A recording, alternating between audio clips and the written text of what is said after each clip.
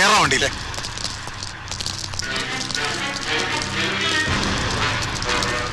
വണ്ടിയിൽ കേറാം. കേറും. വഴിയെ പോയ അടി എരന്ന് വാങ്ങിയ നിങ്ങളുടെ ഓഫീസർ കേസില്ല കേസാക്കില്ല എന്ന് പറഞ്ഞു തുടങ്ങിയ കളിയാ. ഇനി അവ കേസാക്കിയ ആചാര വെടിമുഴക്കി അവന്റെ ശവാടക്കം കൊണ്ടാടേണ്ടി വരും നിങ്ങൾ സഹപ്രവർത്തകർക്ക്. സവാരി ഗിരിഗിരി കളിയാ. ഞാൻ അവരോട് പോ. നീ ഒരു ചായ കുടിച്ചിട്ടോ. ഓടാ. Have a tea break.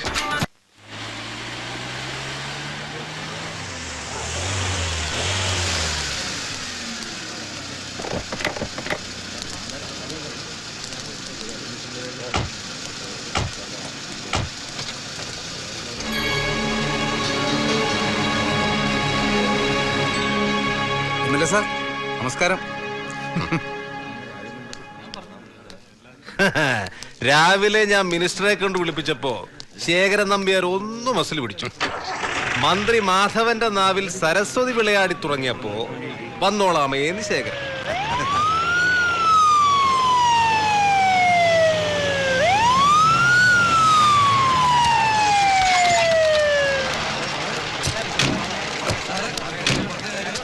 പോയിടാവുന്നു.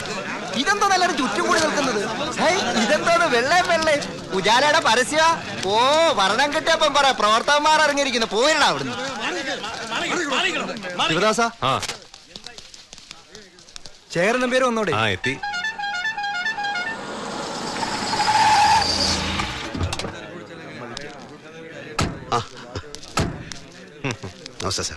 ഇടിച്ചവന്റെ high command ചളിക്കല്ലേ. എന്നെ ഇടിച്ചില്ലെങ്കിൽ തന്നെ ഞാൻ ഇടിക്കും എന്ന ലൈനിലായിരുന്നു ആ സാറ്. ഡിപ്പാർട്ട്മെന്റ് മുഴുവൻ അയാൾക്ക് ശത്രുക്കളാ. തലപ്പത്തും താഴെ ഒരുമാതിരി എല്ലാവരും ഹാപ്പിയാ. പേഴ്സണലായിട്ട് ഞാനും. ഇരുന്നാട്ടെ. ആ അപ്പൊ ശിവദാസ എങ്ങനാ കാര്യങ്ങൾ പറഞ്ഞു കഴിഞ്ഞല്ലോ. മംഗലശ്ശേരി വീട് ലേലത്തിൽ വെക്കുക എത്രയും വേഗം. ബാങ്ക് ലീഗൽ അഡ്വൈസറുമായിട്ട് ചർച്ച നടത്തിയപ്പോ ലേലത്തിൽ വെച്ചുള്ളൊന്നും നിയമമൊന്നും ഇല്ലെന്നാ പറഞ്ഞത്. ബാങ്കിന് പിരിഞ്ഞു കിട്ടേണ്ട തുക പ്രോപ്പർട്ടി ആർക്ക് വേണമെങ്കിലും വിറ്റ് വസൂലാക്കാം. അത് നിയമം. അത് കള. ലേലത്തിൽ വെക്കേണ്ട നിയമം വേറെ പറയുന്നില്ലല്ലോ. കൂടുതൽ വകുപ്പ് നോക്കാതിരിക്കുകയാണ് എല്ലാവർക്കും നല്ലത്. ഇത് ഞാനും മാധവൻ സാറും ഇൻവോൾവ് ആയ കേസാണ്. ഞങ്ങൾ പറയുന്ന പ്രപ്പോസൽ അംഗീകരിച്ചാൽ മതി. മാധവൻ സാറിനെ ധിക്കരിച്ചുകൊണ്ട് ഞങ്ങൾ ഒന്നും ചെയ്യില്ല. പിന്നെ എന്നെയാണോ അവഗണിക്കാൻ പോകുന്നത്? ഭയക്കണം കേട്ടോ. നിങ്ങളുടെ കൈകൊണ്ട് എന്റെ അച്ഛൻ മരിക്കുമ്പോൾ എനിക്ക് എന്റെ അമ്മയുടെ വയറ്റിൽ 3 മാസമാണ് പ്രായം. പിന്നെ ഒന്നിനെക്കോണം വളർന്ന കാലം. ഒരു കൊച്ചു പിച്ചാത്തി കിടക്കപ്പാടടിയിൽ സൂക്ഷിച്ചു വെച്ച് ഉറങ്ങാൻ നേരം വെളുപ്പിച്ച കുട്ടിക്കാലം മുഴുവൻ നിങ്ങളെ എങ്ങനെ കൊല്ലാം എന്ന് മാത്രമാണ് ഞാൻ ചിന്തിച്ചത്. ആ പിച്ചാത്തി എന്റെ കയ്യിൽ നിന്ന് വാങ്ങി വലിച്ചെറിഞ്ഞ് ജീവിക്കാനും ജീവിച്ച് വിജയിക്കാനും എന്നെ പഠിപ്പിച്ച മംഗലശ്ശേരി നീലകണ്ഠൻ എന്ന വലിയ മനുഷ്യന് വേണ്ടി എനിക്ക് എന്തെങ്കിലും പ്രത്യുപകാരം ചെയ്യാൻ കിട്ടിയ സന്ദർഭമാണിത്. ഞാനത് ചെയ്യും. ശിവദാസ, ഒരു ചോദ്യമേ നമുക്കുള്ളൂ. അതിന്റെ ഉത്തരം 2 ആയാലും അത് പറഞ്ഞിട്ട് ഇവർക്ക് പോകാം. എന്റെ ഞരമ്പിലൂടെ ഓടുന്ന രക്തത്തിന്റെ ശുദ്ധിയിൽ എനിക്ക് സംശയമില്ലാത്തിടത്തോളം ഇവരുടെ ഉത്തരം എന്ത് തന്നെയായിരുന്നാലും വിഷയമാവില്ല. ഞാൻ ആഗ്രഹിക്കുന്ന എനിക്ക് കിട്ടും, വാങ്ങും. ഞാൻ കൊടുക്കേണ്ടി വരുന്നത് പണമോ പൊന്നോ, ഈ നിൽക്കുന്നതിൽ ഒരുത്തന്റെ പ്രാണനായാലും കൊടുക്കേണ്ടടുത്ത് കൊടുത്തിട്ട് വാങ്ങിയിരിക്കും ഞാൻ. നമ്പ്യാരെ, അപ്പോ ലേലത്തീയതി ഉടനെ ഡിക്ലെയർ ചെയ്യുകയല്ലേ? ചെയ്യാം. എങ്കിൽ വേഗം സ്ഥലം വിട്ടോ. എനിക്ക് വേറെ ചില പണികളുണ്ട്. രാജേന്ദ്ര,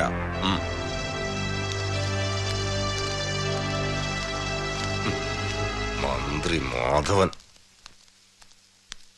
ശിവദാസ, കാർത്തിയന് പറ്റിയ ഫീൽഡ് പോളിറ്റിക്സാ.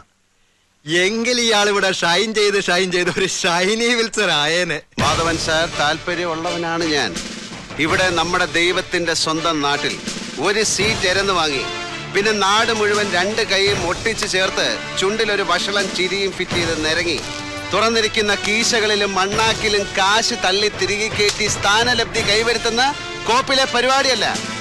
അങ്ങ് വടക്കൻ മണ്ണിൽ UP-യിലോ ബീഹാറിലോ ജനിച്ചിരുന്നെങ്കിൽ തോക്കിൻ കുഴലിന്റെ മുന്നിൽ ഗ്രാമങ്ങളെ മുഴുവൻ കുനിച്ചു നിർത്തി വോട്ട് ചെയ്യിച്ചും ബൂത്ത് കയ്യേറിയും കത്തിച്ചും കണക്കൊപ്പിച്ചും ജയിച്ചു കയറുന്ന ജമീന്ദാർ രാഷ്ട്രീയ കളരികളിൽ ഇറങ്ങിയത്. ഇന്ത്യ എന്ന് പേരുള്ള ദരിദ്ര കർഷകന്റെ ചാളപ്പുരയുടെ തറ മാന്തി അടുത്ത വിളവിറക്കിനായി സൂക്ഷിച്ചു വെച്ചിരിക്കുന്ന തിരി വിത്ത് വാരിക്കൊണ്ട് അവലുണ്ടാക്കി തേങ്ങയും ശർക്കരയും കുഴച്ച് തിന്നാൻ.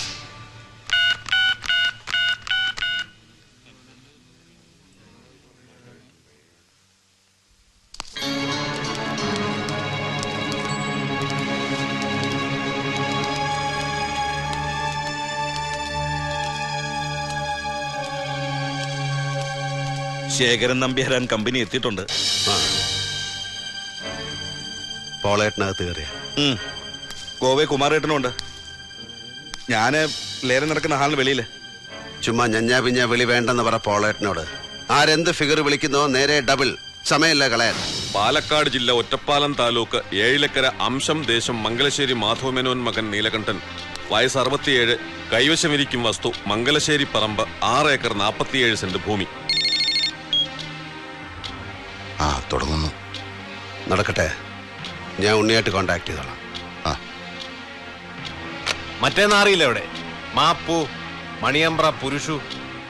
അതാരും പറഞ്ഞില്ലേ? അവൻ അങ്ങനെ വന്ന് ചാടില്ല. മറ്റേ ദുബായ് ഇഷ്യൂ ഉണ്ണി കണ്ടാ കുത്തിന് പിടിക്കുന്നറിയാം. CK ടെമ്പേഴ്സിന് മൊയ്തു ഹാജി 20 വിളിച്ചു. ശേഖരൻ നമ്പ്യാർ 5 കൂട്ടി. നമ്മളോ 40 ലക്ഷം.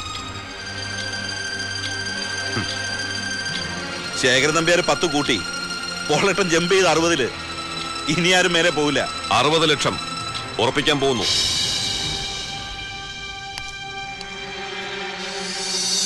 കൺസീൽഡ് ടെൻഡർ ഒന്നും വന്നില്ലേ?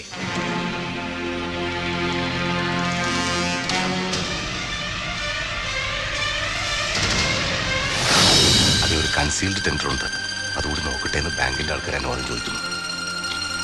കൺസീൽ ടെൻഡറിലെ ഫിഗർ ഇതിലും കൂടുതലാണെങ്കിൽ എന്താ കാർത്തികേയ പറയുന്നത്? 60 ലക്ഷത്തിന് മേലെ കൺസീൽഡ് ടെൻഡറിൽ വരാൻ എന്താ ചാൻസ് ഉള്ളത്? ശരിയായ വിലയുടെ ഇരട്ടിക്കാണ് നമ്മളിപ്പോ നിൽക്കുന്നത്.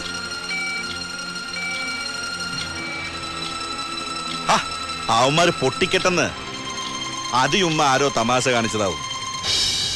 ശരി.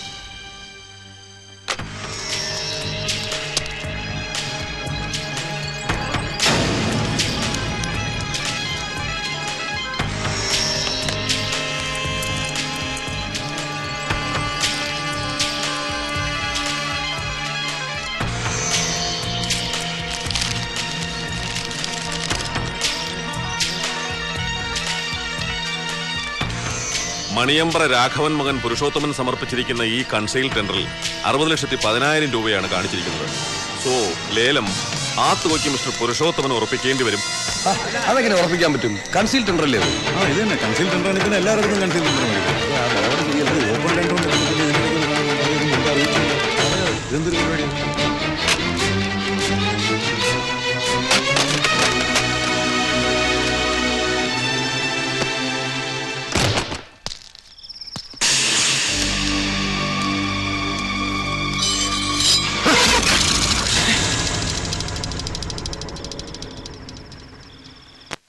എന്നോ നീ? ഇല്ല, തെറ്റില്ല ലക്ഷ്യം. നിന്റെ വരവിന്റെ വേഗവും താളവും എനിക്ക് കണക്കുണ്ടായിരുന്നതിന്. നിനക്കിന്ന് കണക്കുകൾ തെറ്റിയ ദിവസം അല്ലേ?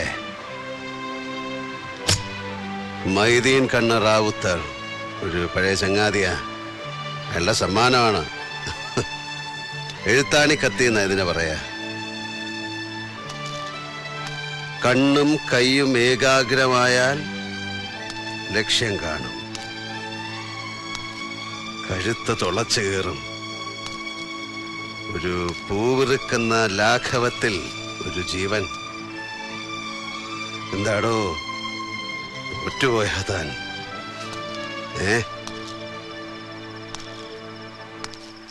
100ാം ക്ലാസ് ചെറ്റത്തരം കാട്ടും ശേഖരൻ.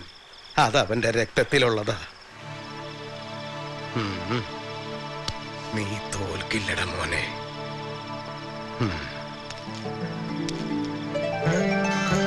ആയുധങ്ങളെന്നോ ഉപേക്ഷിച്ച ഞാൻ ഈ എഴുത്താണി കത്തിയുടെ മൂർച്ച നോക്കിയത് നിനക്ക് വേണ്ടിയാണ്. കൂടെ ഞാനുണ്ട്. പുതിയ യുദ്ധമുറകൾ അറിയില്ലെങ്കിലും ഒരു തേരാളിയായി കൂടെ നിൽക്കാം.